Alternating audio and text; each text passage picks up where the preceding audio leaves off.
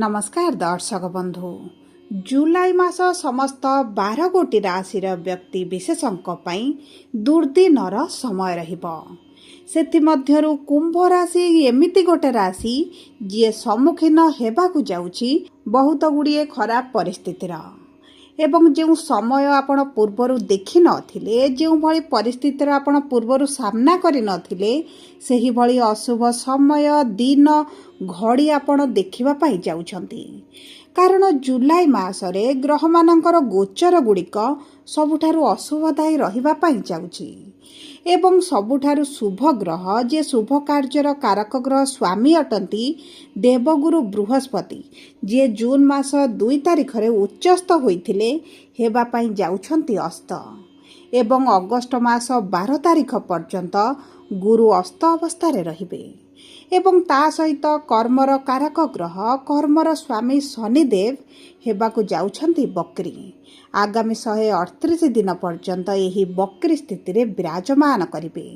जेहेतु आपणक राशि स्वामी शनिदेव अटंती एवं शनि 7.5 चलीची, आपणक जीवन रे बहुत गुड़िए नकारात्मक समयर सम्मुखीन हेबा पाई जाउछंती।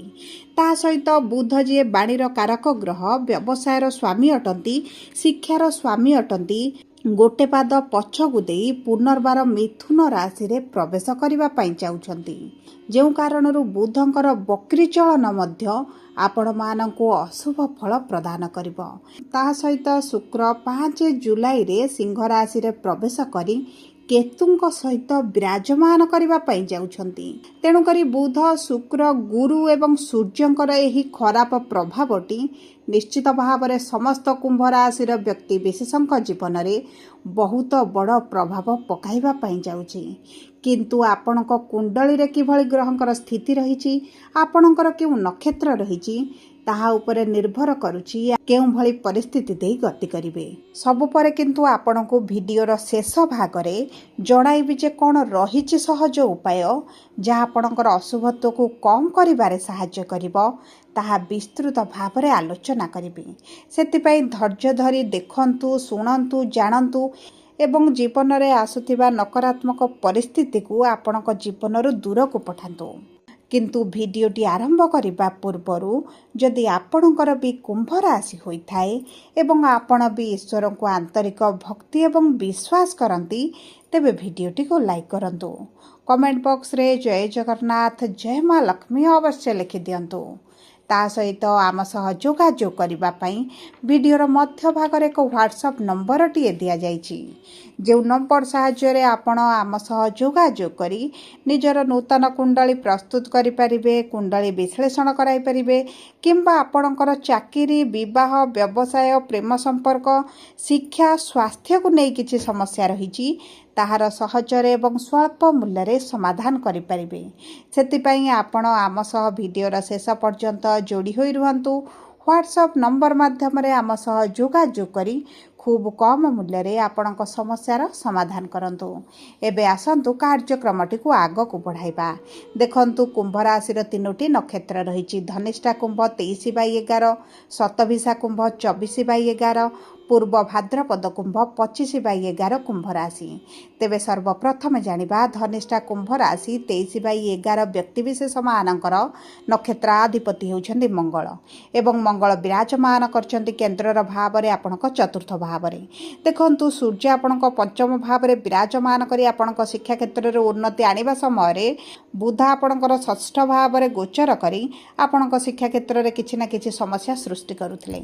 आपणक मन पसंदर रिजल्ट आसु नथला, पाठ पढ़ारे आपणक रिजल्ट, आपणक कॉलेज सिलेक्शन, कोर्स सिलेक्शन आपणक एतटा सैटिस्फैक्शन देउ नथला एवं किछि व्यक्ति विशेष माने सरकारी चाकरी पे परीक्षा देई मध्य सिलेक्शन हेउ नथला, विफलतार सम्मुखीन हेउथिले। एवं देखंतु देवगुरु बृहस्पति आपणक षष्ठ भाव रे उच्चस्थ स्थिति रे विराजमान करथिले।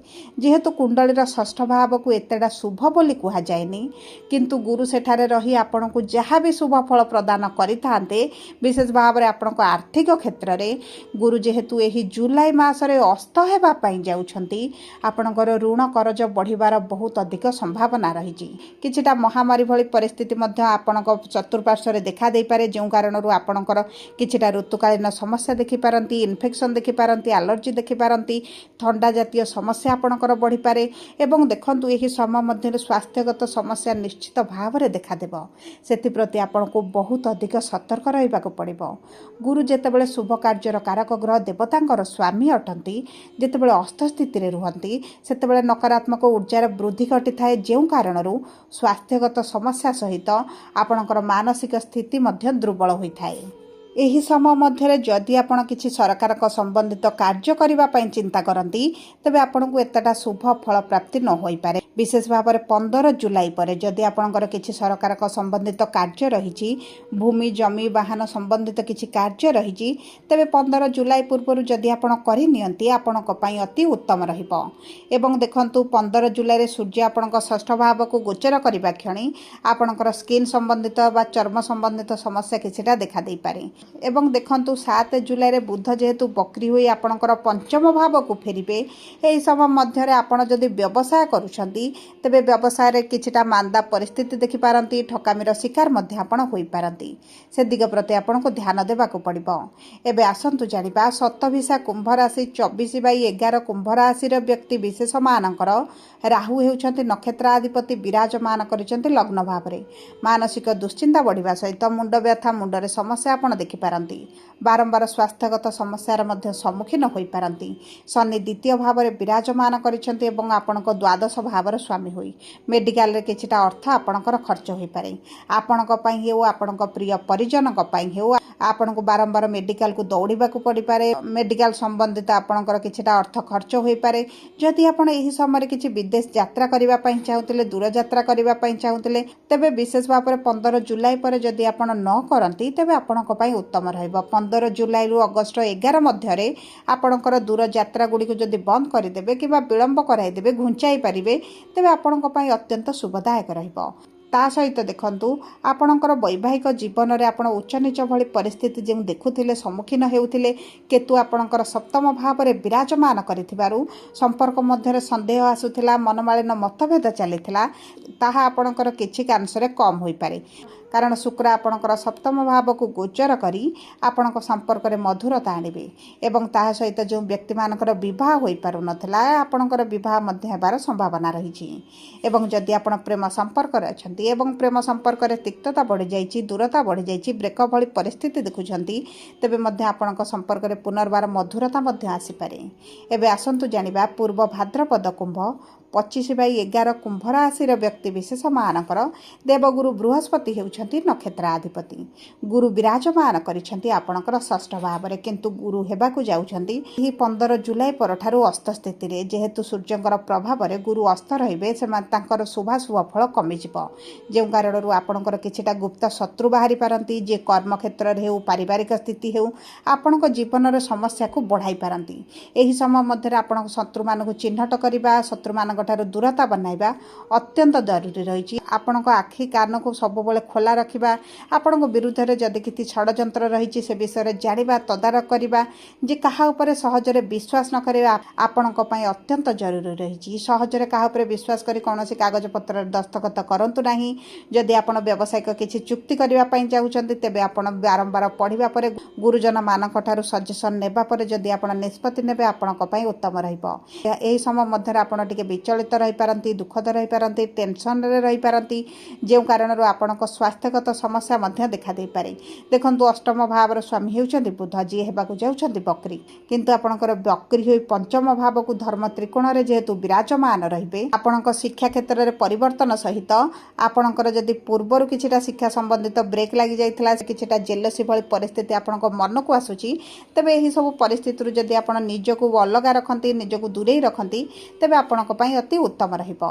ता सहित मंगल जेहेतु आपणकर चतुर्थ भाव रे अछंती आपण एही समय एवं सप्तम दृष्टि आपणक दशम भाव को रहउचंती आपणक प्रमोशन रे विलंब देखिबे ट्रांसफर करबा को चाहुतिले मध्ये आपण विलंब देखिबे जदि चाकरी रो संधान रे रहिचंती तेबे चाकरी प्राप्ति रे मध्ये आपण किछटा डिले देखि पारंती जदि विदेश ग्रस्त करबा पई चाहुचंती तेबे कोनोसी ना कोनोसी कारण पई आपणक ग्रस्तटी अधारे फसी पारे जे कारण रो मध्ये मानसिक स्तर रे दुखद अनुभव करि पारंती सबु परे अशुभत्व को दूर करी शुभाशुभ फल को वृद्धि करबा पई आपण शनिकर बीज मंत्र पाठ करबा सहित प्रतिदिन हनुमान चालीसा पाठ करंतु कुकुर मानकु खाइबा को दियंतु काउ मानकु प्रत्येक दिन दान दियंतु गुरुंकर बीज मंत्र 108 थर पाठ करबा सहित प्रत्येक सोमवार दिन महादेव मंदिर रे जल अर्पण करबा सहित आपण ओम नमः शिवाय मंत्र प्रत्येक दिन 21 थर प्रातः समय जप करंतु आपणक पई अत्यंत शुभदायक रहिबो। जदि आपणकर कुंभ राशि होइथा वीडियोटी किभଳି लागला कमेंट बॉक्स रे लिखि जणांतु। जदि आपणक प्रियजनकर कुंभ राशि होइथा वीडियोटी तांका सहित शेयर करंतु। जदि प्रथम थर आम चैनल को आसिछंती चैनल टी को सब्सक्राइब करंतु पाखरे थिबा बेल आइकन को प्रेस करंतु। धन्यवाद।